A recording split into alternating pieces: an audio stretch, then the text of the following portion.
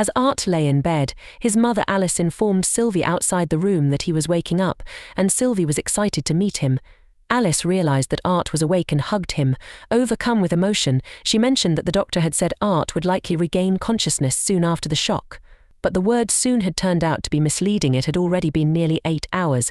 As Alice cried, Art felt a pang of guilt for making her worry again. He was in pain, and Alive noticed, asking if anything was wrong. Art replied that it was nothing, but inquired about what had happened after he passed out. Alive explained that no one was in the right state of mind, especially the children. The king and his family had left first, and Reynolds was downstairs in the living room discussing the situation with the king's representative. Art got up, saying he wanted to check on what his father was doing. Alice said she would go check on Eleanor and stay with her that night. She asked if Art was really okay, and he reassured her, telling her to go and get some rest. As Art came downstairs, Reynolds was telling the other man that the situation was beyond compensation and that his son had nearly been killed. When Art arrived, Reynolds was relieved to see him awake and asked how he was feeling. Art inquired about what was happening. Reynolds explained that the king's representative had only offered a few coins as a token of apology for what he described as a minor incident. The representative, introducing himself as Jasper, said he was there on behalf of the king to extend his deepest condolences for what had occurred that day. Art decided to play the modest victim.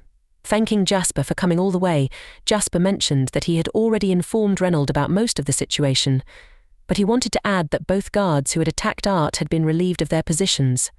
Reynolds pointedly remarked that, despite almost killing Art, the king had merely given them a slap on the wrist and dismissed them. Jasper added that it would be important for Reynolds to note that it was Art who had spoken out of turn in the presence of the king. Art told Reynolds that it was all right and acknowledged that Jasper wasn't entirely wrong. He himself had also been out of line. Besides, Art wasn't seriously hurt, so it didn't matter much in the end. Speaking of injuries, Art asked what had happened to the conjurer whose knee had been broken. Jasper explained that Seba had been stripped of his position, and his injury was currently being treated. Art inquired if they had been able to determine the exact cause of the injury to Seba's leg. Jasper replied that when Seba woke up, he insisted that he had inflicted the injury by Art. Reynolds questioned how that made any sense. Jasper asked for patience and continued, explaining that despite Seba's claim, they believed that the lingering mana on his staff indicated that the mana released from the first night's actions had ricocheted and interfered with Seba's spell.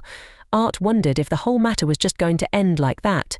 He received a pouch with the coins and watched as Jasper left. Reynolds reminded Art that he had nearly died and that he would need some money to start his adventuring. He then suggested that Art go to sleep and get some rest. Art appreciated the advice and thanked Reynolds. As Jasper left, Reynolds expressed his appreciation for the pouch of coins Art had received. Art placed the money in his wardrobe and reflected on how the situation with Seba had managed to resolve itself without further issues. However, this made him acutely aware that, despite everything, he was still just a kid in this world. With that in mind, he felt he might allow himself a little relaxation. The next day, Art, his family and Reynolds' companions gathered at a meeting place. Reynolds asked who would be accompanying Art. Adam mentioned that he would have to pass on the offer, as babysitting wasn't really his forte, and he joked that Art might accidentally kill him in his sleep one day. He suggested hoping that Durden or Helen could accompany Art instead. Reynolds acknowledged that they couldn't offer much, but he and Alice were more than willing to compensate them in any way they could for helping out. Durden told Reynolds not to speak that way, as they were all family, and he would be glad to accompany Art and watch him grow. Helen agreed, adding that Durden was right. She noted that Tenny wouldn't do it for the money, and besides, they had acquired quite a bit of treasure from their last dungeon raid. Jasmine volunteered for the task, but Angela expressed her dislike for escort missions, even more than Adam did. Jasmine reassured Angela that it was fine since it was for Art. Helen pointed out that, logically speaking, Jasmine was the most suitable person to protect Art. She explained that while Durden specialized in defensive area of effect spells for larger parties, personal protection wasn't his strong suit. Alice asked Jasmine if she was okay with taking on the task. Jasmine gave a thumbs up in response. Adam agreed, saying that Jasmine was the only augmenter among them with an elemental affinity. She had just broken past the light orange stage last year, and with her wind attributes, she was probably the best suited for the job. Durden concurred, noting that while he would have liked to accompany Art, it didn't make sense for more than one of them to go. Reynolds suggested that perhaps Durden could join them next time. Art told Jasmine that it seemed he would be in her care. When Art and his family returned home, Eleanor noticed Lilia sitting on the floor and complained that it wasn't fair for Lilia to be training without her. Eleanor then decided to start training herself. Art observed that Lilia was able to meditate on her own, even without Art imbuing mana into her. He thought Eleanor should be able to awaken by the age of 7 or 8 if she had the patience to meditate. However, Art felt it might be better if she didn't awaken too early, as he didn't like the idea of all the attention being focused on her. Art asked Reynold if they could make a quick trip to the auction house. He wanted to pick out a sword since he hadn't had the chance the last time they were there. Reynold agreed, and Alice reminded them not to stay too long, as she was about to start preparing dinner at the auction house.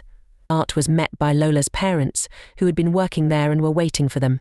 It was the first time Art had seen them since the incident, and they bombarded him with questions about his health. Art did his best to reassure them that he was fine and that he was glad it was all over, but they were displeased with the king's handling of the situation. Vin remarked that the firing of the 2 guards seemed like a temporary measure to calm things down and predicted that it wouldn't be long before they regained their positions. Reynold agreed, noting that this was his expectation as well. Art explained that he was there to find a sword before taking his application test at the Adventurers Guild.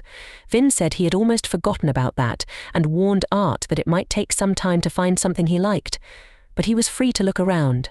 Art entered the room and was excited to see a variety of equipment on display. He eagerly tried out several swords but found nothing that matched what he was looking for.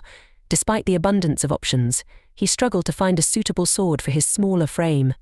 Most of the swords were either two-handed or large one-handed types, which was likely due to the prevalence of augmenters in that world. His search for a dependable sword proved fruitless, and he was tempted to give up and consider finding a more unique weapon instead. He noticed Sylvie rummaging under the curtains and asked if she had found something.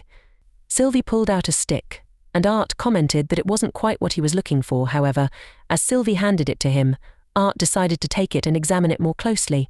He found the stick to be unusually heavy and poorly balanced, which struck him as odd. Upon closer inspection, he realized that it was actually a sword. Art wondered if he needed to imbue the sword with mana to use it.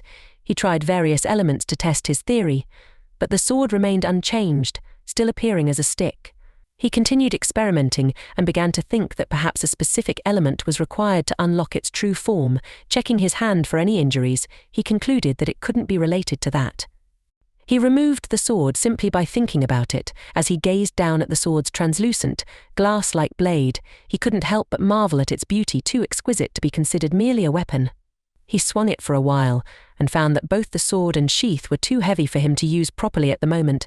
Feeling a pang of regret for Helstia, he attempted to cut through a container that was placed nearby.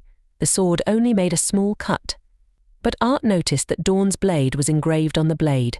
As he spoke the name aloud, he felt a sharp pain and quickly released his grip. Sylvie came over to check on him, and Art assured her that he was fine. However, he wondered why the sword had reacted so suddenly and what was going on.